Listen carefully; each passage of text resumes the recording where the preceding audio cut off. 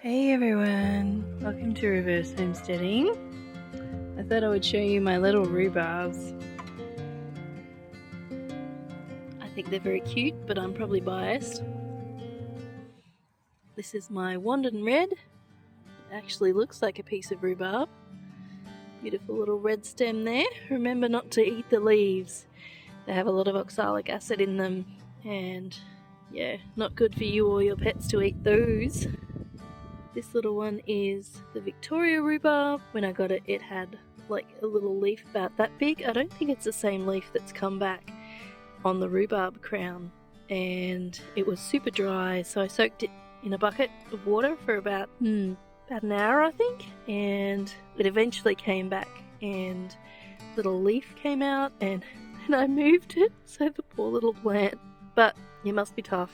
This one, the Wandon Red, also was quite dry, so be a bit wary of bulbs and rhubarb and things that are crowns and corms and things like that at the end of the season when you're purchasing them, which is usually mid to late winter because you'll be planting them in spring. It seems that soaking them in water does actually help a little bit if they're dried out, but probably good to buy them from somewhere that at least sprays them a little bit with water. I don't know if shops really do that, but early in the season they're a little bit damp, but yeah, they can get quite dusty and dry, and that's when you're taking a chance buying something like that. But most of mine came back.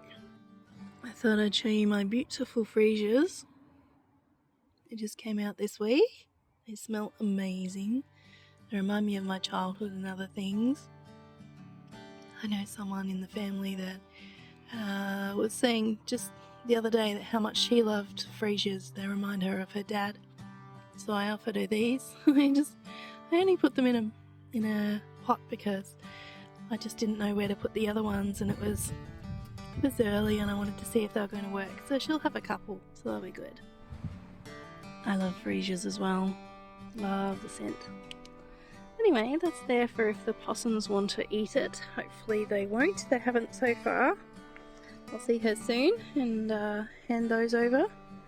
Here are my strawberries. My very early spring strawberries. They don't look great, and I think this one's on its way out. Something's happened to the, I don't know, it's split there. So I'll take that one off.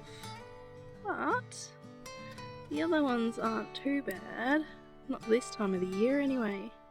Got some more coming on. Still flowering. It was flowering all through winter. They did have frost covers on it. It doesn't seem to have slowed down. This is cracking too. I haven't had frost covers on for, I don't know, almost a week now. I've just been chancing it with, 8 degrees, 7 degrees, 10 degrees, and I just haven't bothered. But these are a good little experiment. But this one might actually be good. So I'll keep an eye on that one. I did mention in a video that I'll be going away next week for about 5 days. There'll be people here, but yeah, I just finished off the last of my planting of things that take a really long time, that you have to start early spring or late winter.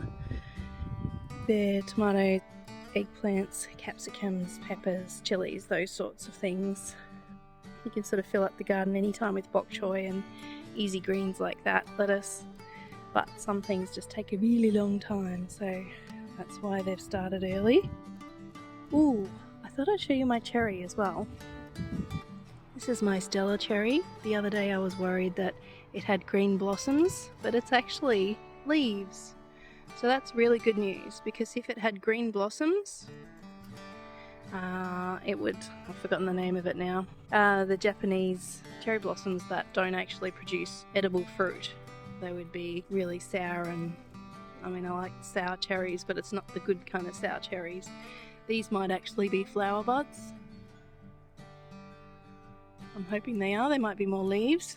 I have had a Stella cherry before, So it's odd that I don't remember this. But yeah, some healthy little leaves there. I only seem to have my nectarine that has curly leaf fungal infection that plagues fruit trees.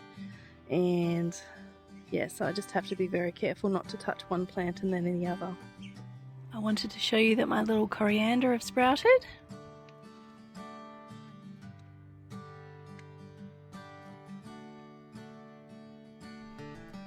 So that's just a couple of weeks with that new mix with the coconut coir peat added to the Grow Better mix, seed raising mix. So I'm pretty happy about that. A very cool thing I learned about pollen in the air affecting people and why a lot of streetscapes have made that worse recently, and I can't remember the name of the article, so I'm sorry I can't credit that here. I doubt if you're watching, but just saying. Often the seeds and the mess, alleged mess that's made by the female trees when they're doing their pollinating, fruiting thing in the streetscape is why they choose male trees to put in street areas and around parks, and perhaps they sell a few more in the nurseries, I'm not sure. If you only have the male type of the plant producing pollen, in all of the trees that are planted around the streetscape where people walk, you'll have a lot more pollen than if you had females as well. So I'm thinking my desert ash tree up here is female because it produces seeds. Speaking of pollen, little bee having a good time with my borage. Lots of pollen on the borage. It's also one of those things that is around early in the season, so it's pretty good for the little bees because it's a fairly reliable source of pollen for them. So I hope you're having fun in your garden. Thanks for watching. We'll see you next time.